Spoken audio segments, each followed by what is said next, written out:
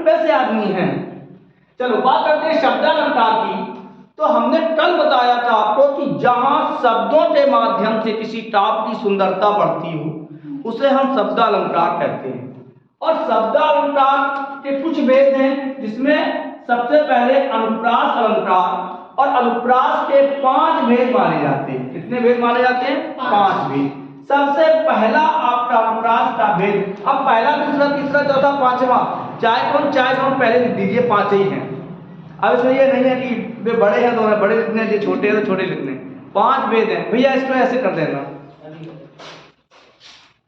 तो पहला है आपका वृत्त्यानुप्रास। सबसे पहले हम वृत्त्यानुप्रास अगर इसको करें तो शब्द होगा वृत्त धन अनुप्रास। अब हम सबसे पहले वृत्त और उसके बाद अनुधन प्रास। तो सबसे पहले हम तोड़े अनुधन प्रास। अनु माने होता है वर्ण या अक्षर, वर्ण या अक्षर नहीं, गलत हो गया भाई। अनु माने होता है पास या पीछे, और प्रास माने होता है वर्ण या अक्षर। अनु माने क्या होता है? पास या पीछे, क्योंकि अनुपसर्ग है। और प्रास माने होता है वर्ण या अक्षर। जब कोई वर्ण या अक्षर पास पास आ जाए, यानी परिभाषा हो गई, जब एक वर्ण 2 से अधिक बार आता है, 2 से अधिक बार आए, तो अनुप्रास होता है। और कौन सा अनुप्रास होगा? वृत्त्यानुप्रास होगा। तो वृत्त्यानुप्रास होगा, यानी कि जब एक वर्ण, अब हमने बताया 2 से अधिक बार, यदि 1 से अधिक बार आता है तो अनुप्रास की परिभाषा है कि जब एक वर्ण या एक अक्षर 1 से अधिक बार आए तो अनुप्रास अलंकार होता है। और जब उसका एक भेद है, पहला वृत्त्यानुप्रास, वृत्तधन अनुप्रास, जब एक वर्ण 2 से अधिक बार आता है तो उसे हम वृत्त्यानुप्रास कहते हैं। जैसे बनन में बागन में बदलियो बसंत है, बनन में बागन में बदलियो बसंत है। तो यहां पर किस वर्ण की आवृत्ति है? बा वर्ण की है, ना वर्ण की है, सही है। तो जब एक वर्ण 1 से अधिक बार आता है, 2 से अधिक बार आता है, तो उसे हम वृत्त्यानुप्रास कहते हैं। जैसे रघुपत राघव राजन,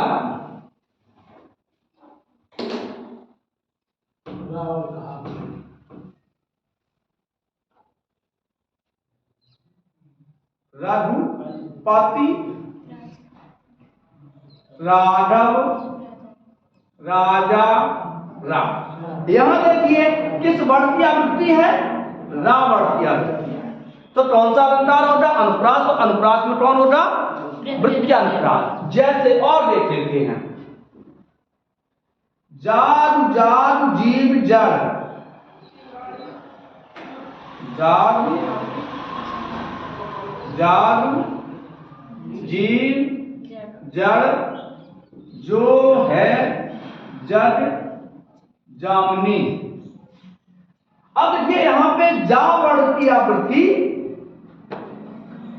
2 से अधिक बार हो रही है, एक निश्चित क्रम में हो रही है।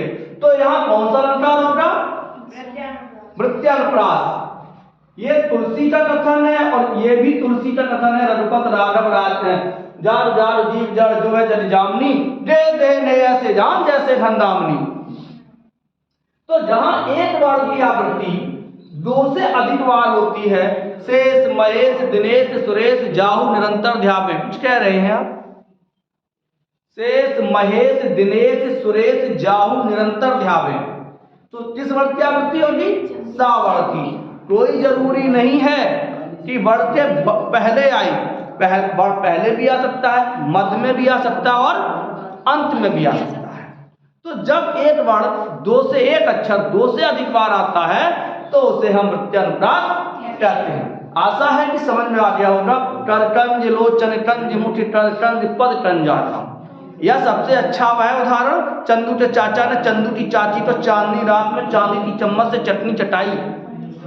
पाड़े जी ने पड़िया के पुलिया पे पाव और पेड़ा परी पर पायलो पानी पियो ही नहीं। हाँ?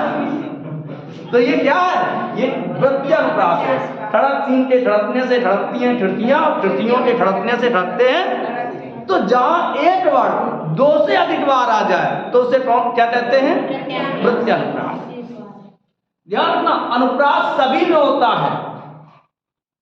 जैसे सुडर सभी को है, कोई ऐसा व्यक्ति है जो सुडर ना हुई, जाति कम हो जाए भाई परेशानी, ज्यादा हो जाए भाई परेशानी।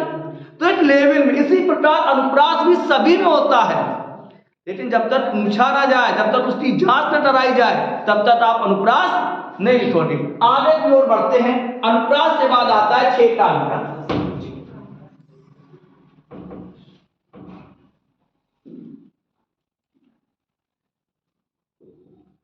छेका अनुप्रास दीर्घ संधि है। छेक दम अनुप्रास। छेद माने होता है अलग करना।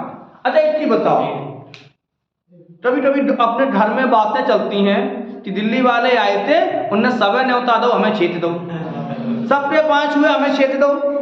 तो वो जब किसी को हम अलग कर दें, जब किसी को अलग कर दें तो वो क्या होता है? वो छेदन, समूह से अलग होना। जहां एक वर्ण, जहां एक वर्ण यानी अक्षर केवल 2 बार आए, कितने बार आए? केवल 2 बार आए तो उसे हम छेदानुप्रास कहते हैं। जब एक वर्ण एक अक्षर केवल 2 बार आता है तो उसे हम क्या कहते हैं? छेदानुप्रास। जैसे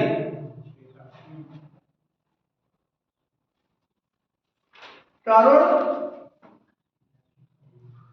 कलित, हृदय में विकल रागिनी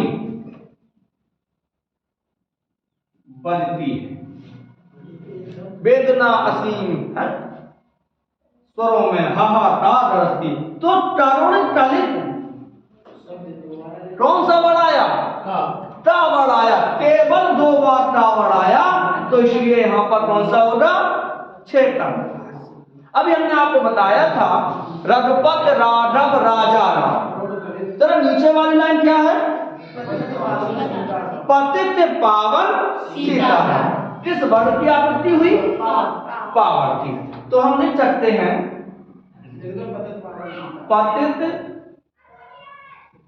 पावन सीता जय श्री राम। अच्छा शब्द होता था पहले शब्द होता था जय सिया राम, आज उसको क्या कर दिया? श्री राम। हाँ आज श्री राम हो गया, सिया राम की जगह बदल दी। चलो आगे की ओर बढ़ते हैं। तो छेदानुप्रास समझ में आया कि जहां एक वर्ण कितनी बार आए? केवल 2 बार आए, और 2 से अधिक बार आए तो वृत्या। तरन तनुजा तर तमाल तरवर बहुछाए, यहां कौन सा है? वृत्यानुप्रास। इस टरो तलित हृदय में सुवर्ण को खोजत व्रत कब टामी चोर, कभी टामी कौन सा हो गया? तो जहां एक वर्ण केवल 2 बार आता है उसे हम कौन सा अलंकार कहते हैं? छेदानुप्रास। आगे की ओर बढ़ते हैं। समझ में आवत है? आवत है, चाहे नहीं आवत और तो सब आवत। छेदा हो गया, प्रत्यय हो गया। अब आता है अनत्यानुप्रास। अनत्यानुप्रास।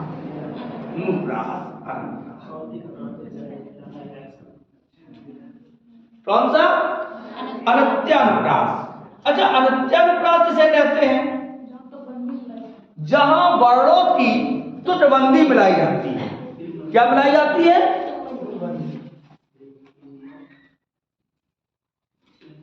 जहां वर्णों की तुटबंदी हो। हमने आपको बताया क्या कि अनुप्रास सभी में होता है, अनुप्रास हर उदाहरण में होगा, लेकिन जब तक पूछा ना जाए तब तक नहीं बताना है आपको। जीजी की भैंसियारी नहीं बनने है।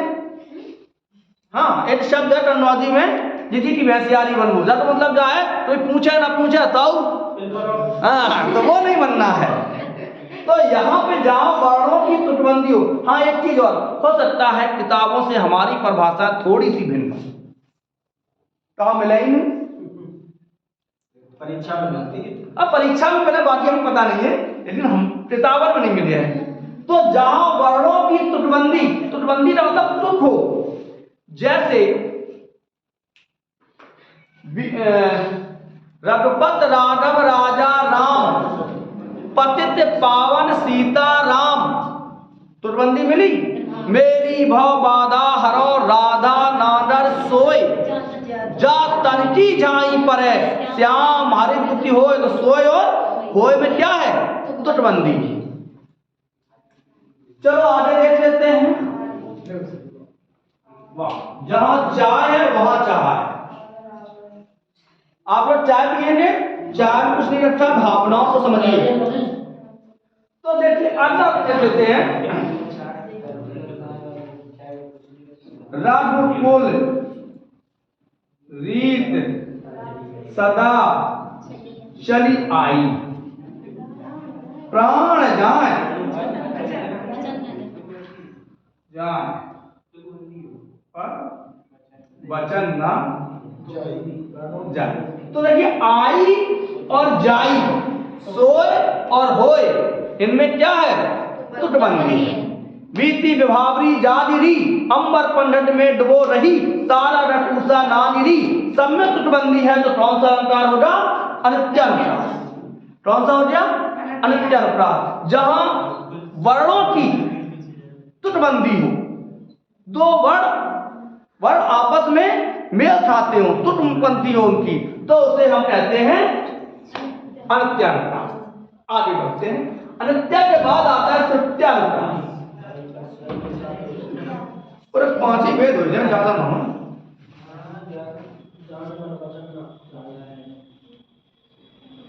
सत्यानुप्रास। सत्य का मतलब होता है सुनने के स्थान, जहां हमें एक से वर्ण सुनाई दे। देखो, अच्छा, हिंदी में कितने वर्ग होते हैं? हिंदी में 5 वर्ग होते हैं। टवर्ग, चवर्ग, टवर्ग, तवर्ग और पवर्ग। अब क्या है, जिस वाक्य में किसी एक वर्ण, किसी एक वर्ग के अक्षरों की अधिकता हो,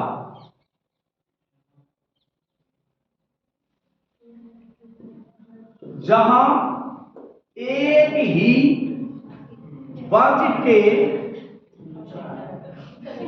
वर्णों की अधिकता हो।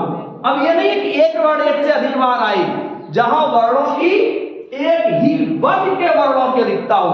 जैसे जहाज की छत पर झंडा उड़ रहा, जहाज की छत पर झंडा उड़ रहा।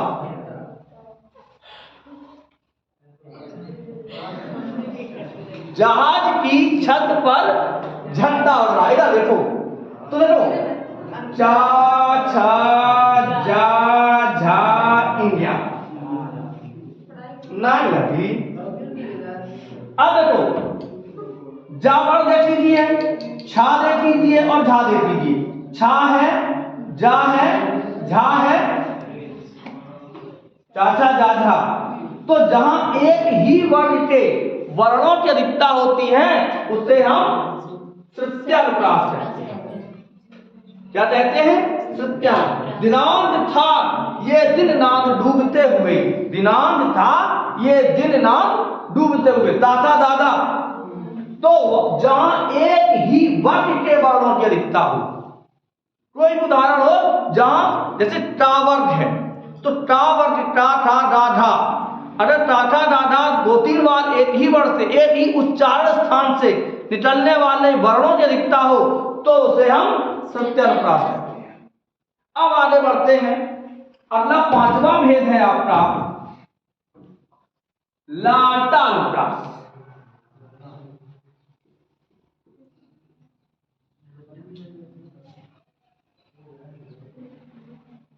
लाटा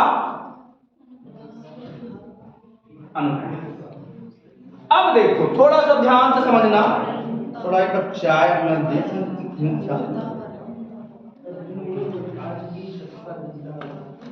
हाँ, लाटानुप्रास। अब लाटानुप्रास कैसा है? अभी तक आपने जो चार वेद पढ़े वो थे आपके वर्णमूलक यानी वर्णों के अनुसार इसकी स्थिति थी। यह है शब्दमूलक। कैसा है? शब्दमूलक। इसकी परिभाषा है कि जहां एक शब्द एक से अधिक बार आए, इतनी परिभाषा तो यह की हो जाए, लेकिन जहां एक शब्द एक से अधिक बार आए किंतु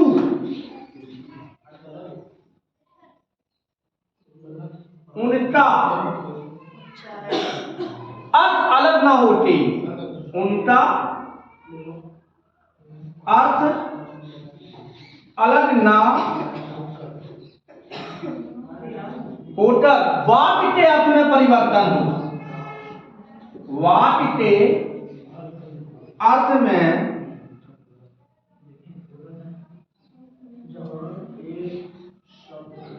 परिवर्तन हो, यानी शब्द में परिवर्तन ना हो, किसमें परिवर्तन हो?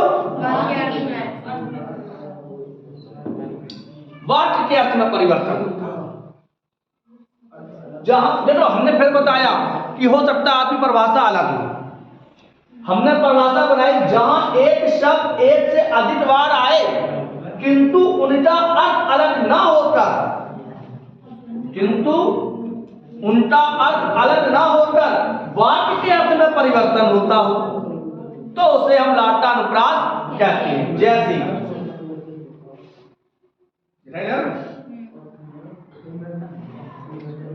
पराधीन जो जन नहीं,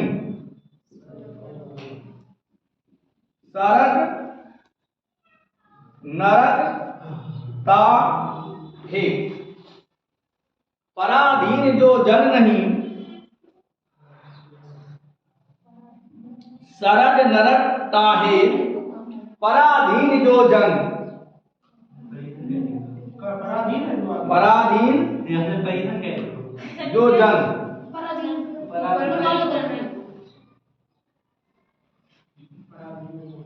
पराधीन जो जन नहीं, सरक नरकता हेतु। और पराधीन जो जन नहीं, सरक नरकता हेतु। अब आपने देखा होगा कि दोनों एक सी परिभाषाएं हैं, दोनों उदाहरण एक से हैं। अब हम आपको इस उदाहरण का अर्थ समझाने से पहले एक बात समझाते हैं। देखो,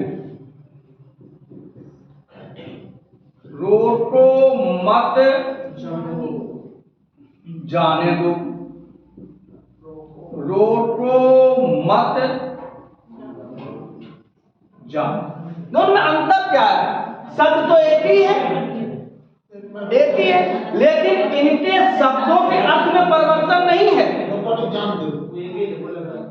इनके शब्दों के अर्थ में परिवर्तन नहीं है, लेकिन जब वाक्य के अर्थ में परिवर्तन है। भैया रोको, अच्छा आदमी है, भला है, मत जाने दो। जैसे ब्याह में कोई रूठ जाए और वो चलने फूफा जी जा ने भैया रोट लो भले आदमी है। अब वे रूठे ही के रह जाए तो शब्द वही है, रोट लो मत। अरे तू आमते रहे हुए बहुत देर हुए जाओ रूठे हाँ, रोटो मत इसका अर्थ है इसे रोकिए, और इसका अर्थ है इसे मत रोकिए। पराधीन जो जन नहीं, जो व्यक्ति पराधीन नहीं है, चाहे स्वर्ग में रहा है चाहे नरक में रहा, उनके काज सब बराबर। पराधीन जो जन, जो व्यक्ति पराधीन है, दूसरे के अधीन है, नहीं स्वर्ग नरक का हेतु, वे स्वर्ग उनके काज नरक के समान है। तुलसी ने लिखा है, तुलसी ने लिखा है, पराधीन सपने सुख नाही, कर विचार देखो मन माही। कल हम कोशिश करेंगे बैठ दलवाने के लिए, तो आराम से आप इस तरीके से बैठ। अरे सहूर सीख ले यार, विद्या के ज्ञान में विद्या लेने आए हो, सर्दी से नहीं कह रहे हैं। नहीं हम आपसे कह ही नहीं रहे हैं, हम तो इनसे कह रहे हैं। चलो तो इन्होंने आग ऊपर ढाल दिया, हमारा ऐसा कोई उद्देश्य नहीं था।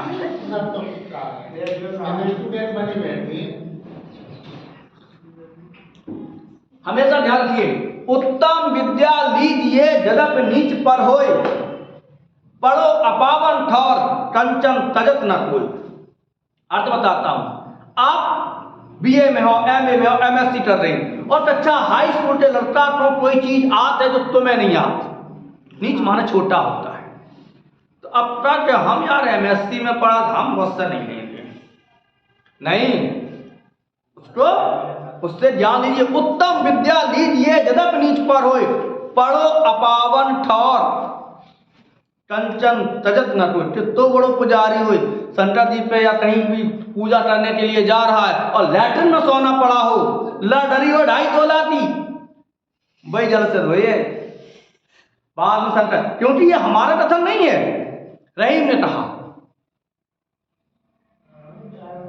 पढ़ो अपावन ठौर कंचन तजत न कोई, सोने को कोई व्यक्ति त्याग नहीं सकता। तो जहां से भी ज्ञान की प्राप्ति हो आप ज्ञान लीजिए, कभी छोटा बड़ा मत देखिए, बाद में पूजा करेंगे। अरे भाई चलो मान के चलो हम अपने ऊपर ले रहे, हम जा रहे हैं रास्ता में और हमें कहीं पे कोई चीज मिल जाए, उस मान लो नोटा की गड्डी और वहां पे लैट्रिन लगी हुई, तो हम तो वह छुटे यार ढाले धोई लिए यार, बाद में पूजा कर लिए। तो पढ़ो पराधीन जो जन नहीं शरण नरकता है। जैसे एक और आता है, पूत टपूत साधन संचय। यदि लड़का बुरा है, पूत टपूत, यदि लड़का बुरी आदतों वाला है तो धन संचय करने की आवश्यकता नहीं है। तुम जितने जोड़ लो, जितने मकान बना लो, एक रात में खत्म। और पूत सपूत क्यों धन संचय? यदि पुत्र अच्छा है, अच्छी आत्मा वाला है, सदाचारी है, तो भी धन संचय करने की आवश्यकता नहीं है, वो तुम्हारा छोड़ेगी, खुद तो कमाई लिए। तो जहां एक बार एक शब्द एक से अधिक बार आए किंतु उनका अर्थ अलग ना हो, अलग ना होकर वाक्य के अर्थ में परिवर्तन होता हो, तो उसे हम लाट अनुप्रास करते हैं। ये थे आपके अनुप्रास के भेद। अगला अनुप्रास, अगला अलंकार पढ़ते हैं हम यमक। आज पढ़ो जी, कल चलो कल हम लोग चलेंगे यमक श्लेष। 2 अलंकार कल पढ़ाएंगे आपको, यमक और श्लेष। तब तक के लिए राधे राधे।